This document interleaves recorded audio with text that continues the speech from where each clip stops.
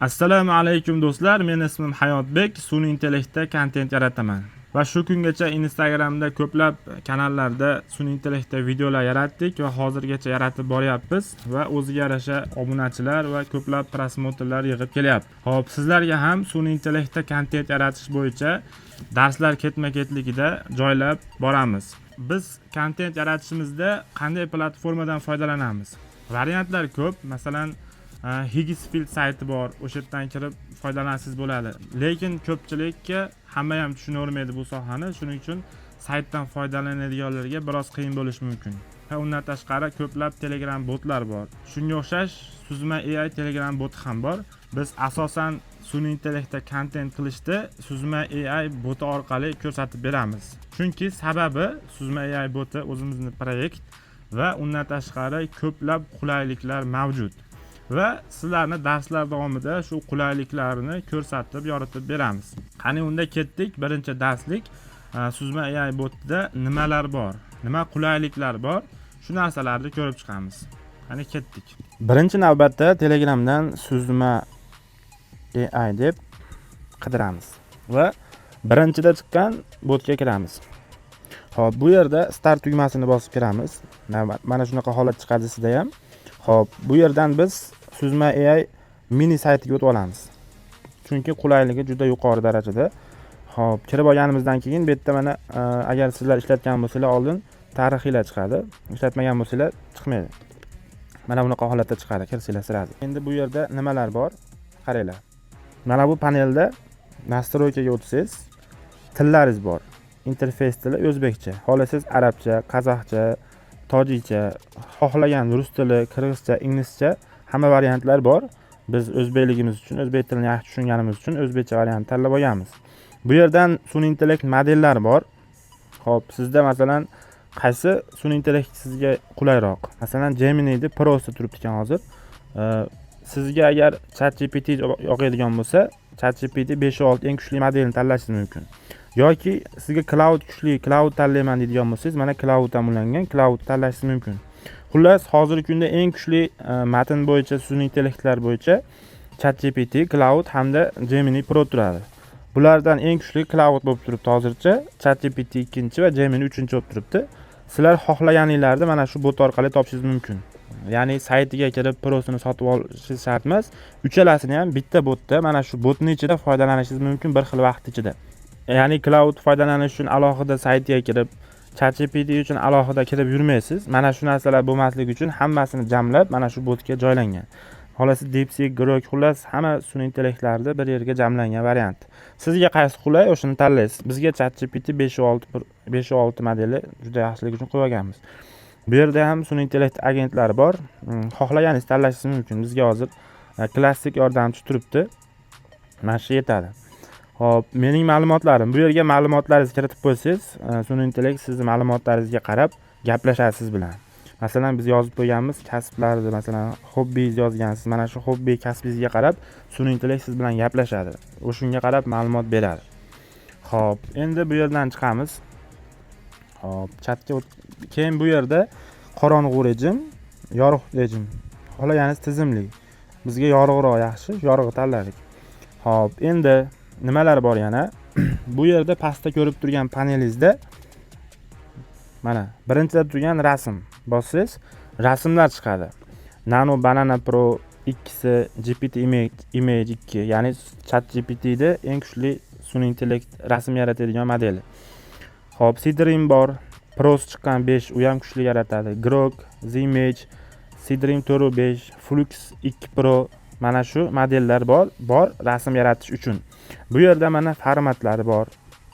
Sizga maslahat beraman, eng kuchlilari hozirgi kunda Nano Banana Pro va GPT Image 2 bilan rasm yaratsangiz, maqsadingizni ko'proq tasvirlab beradi. Ya'ni xohlagan natijangizni olishingiz mumkin.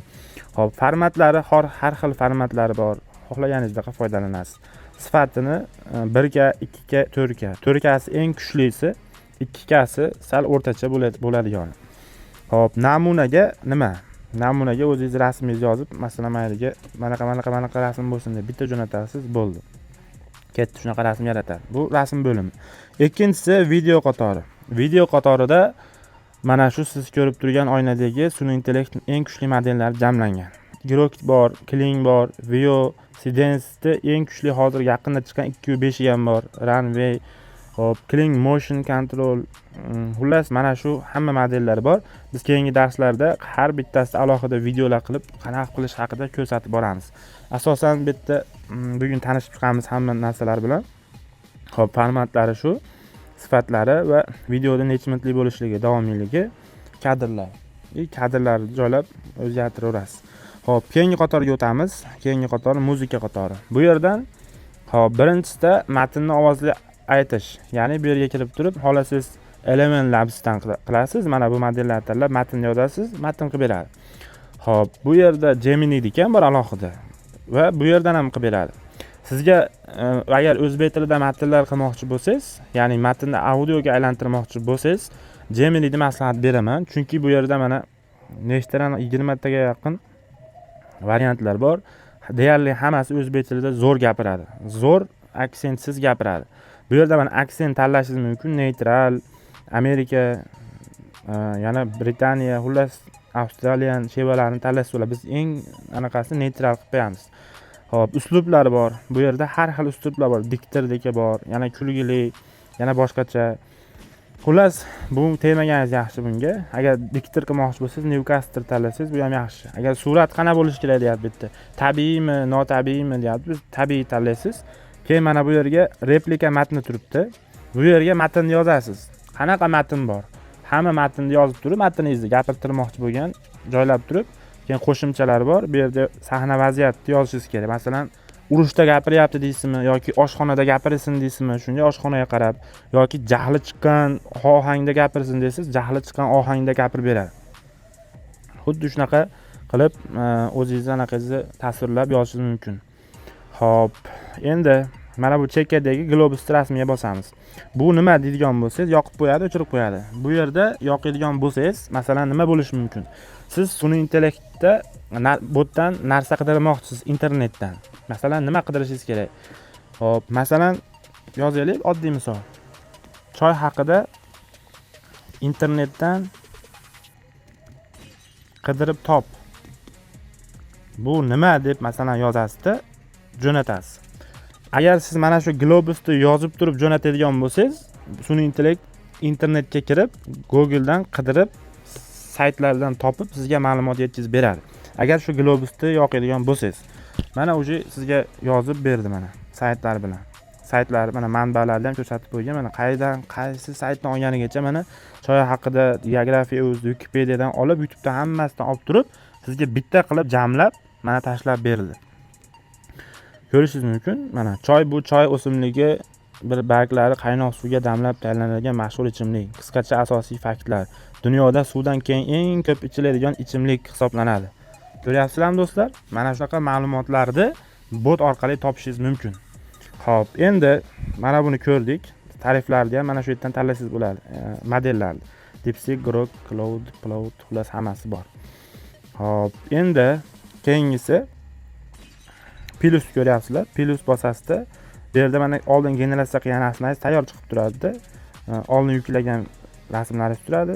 Xohlasangiz yangi faylni yuklash deb turib, galereyaga shunday kirib turib, liboy bitta rasmingizni tanlab yana kiritsangiz bo'laveradi. Shunday tanlaysiz. Keyin yozasiz. Mana bu rasmdagi odam nima qilyapti deb yozsangiz ham, manaqa deb, xullas shunaqa ohangda, shunaqa maqsadda foydalanib gaplashsangiz bo'laveradi.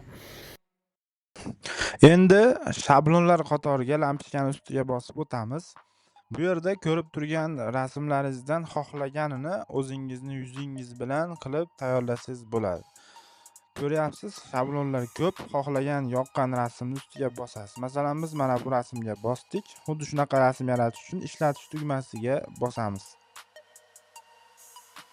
Keyin bosganimizdan keyin hamma narsa sozlamalari tayyor chiqadi. Biz faqat namunani ustiga bosib, o'zimizni yuzimiz bilan tushgan rasmni joylaymiz va yuboramiz. Agar yuborsak, xuddi shu rasmni o'zimiz yuzimiz bilan qilib tashlab beradi. Mana shu yerga va chatga ham tashlab beradi. Keyin videolar qatoriga o'tasiz. Bu yerda videolar ham bor.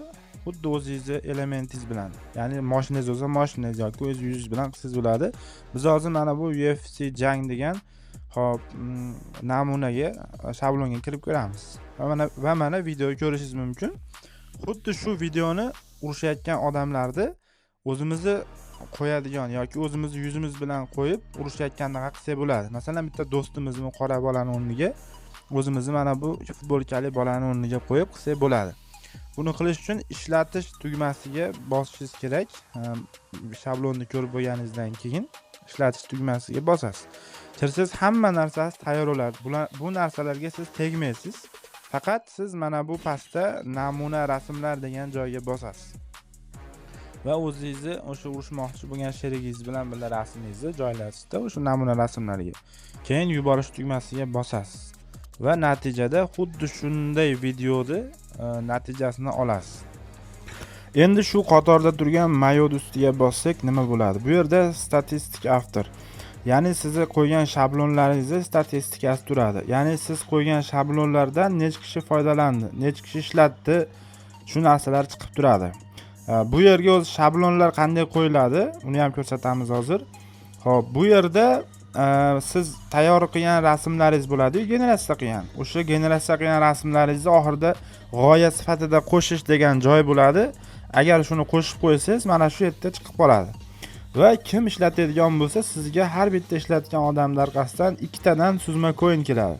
Bu suzma coin nima degani? Bu masalan boshqa saytlarda video qilsangiz, rasm qilsangiz kredit oladi-yu, bu botda suzma coin oladi. Xuddi shu narsa. Masalan boshqa yerda hech qayerda rasm qo'yib ham siz kredit ishlay olmaysiz, faqat sotib olasiz. Bu yerda faqat sotib olishdan tashqari siz shablon qo'ysangiz, shabloningizdan kimdir foydalansa ham suzma coin olasiz. Xullas shunaqa plus taraflari bor. Bu shuna statistikalarni ko'rsatib turadi. Nechta shabloningiz bor, necha kishi foydalandi, nimalar bo'ldi hammasi. Bu yerda esa g'oyalarni qidirasiz. Masalan, qanaqa shablon kerak, shuni qidirasiz. Endi mana bu yarim aylanali soat ustiga bossak, bizning istoriyamiz chiqadi, tariximiz. Ya'ni rasm qilgan rasmlarimiz bu oldin va bu oldin qilgan videolarimiz va bu oldin qilgan audiolarimizni istoriyasi chiqadi. Masalan, bitta istoriya rasmning ustiga bitta bosadigan bo'lsak, g'oya sifatida joylashtiribdi, ko'rdinglarmi? Mana shu yerga bitta bossak, shablonlar qatoriga kiritib qo'yamiz. Nomini yozamiz, yuborishni bosamiz, tayyor shablon hosil bo'ladi. Boya aytganimizdek, mana shu har bitta kimdir qiladigan bo'lsa, siz shabloningizdan bitta rasm sizga ikkitadan suzma coin kelib turaveradi. Xo'p, keyin mana bu turgan narsa bor-ku, yozuvlaringiz. Mana shuni ham o'chirish uchun bittalab o'chirib yurmaysiz. Mana bu yerda shipirga qilib qo'yamiz, shipirga bitta bossangiz o'chib ketadi. Bu ham bitta lifehack. Endi bu tarafda hop hamyon turadi. Balansingizni to'ldirishingiz mumkin suzma coinlar orqali. Bu yerda mana 3000 ta suzma coin, rublga 235 rubl, so'mga 36000 so'm bo'lar ekan. Hop, xolasangiz o'zbek kartangizda, xolasangiz Rossiya kartangizda to'lasangiz bo'ladi. Asosan o'zbek yoki rus kartalarida oson to'lov qilsangiz bo'ladi. Shu taraflari qulay. Hop, bu suzma coinlarda albatta video, rasm, boshqa narsalarni generatsiya qilish uchun albatta. Hop, keyin 11000 ta coin uchun mana narxlari yoki undan ham ko'proq olaman deydigan bo'lsangiz, mana professional foydalanuvchilar uchun deb qo'ygan. Mana 125 ta suzma coin olishingiz mumkin ekan. Bonusi bilan 7800 rublga yoki 1.100.000 so'mga tushar ekan. Bu endi asosan ko'proq sun'iy intellektda to'lka video, rasm generatsiya qiladigan sun'iy intellekt blogerlari uchun asosan.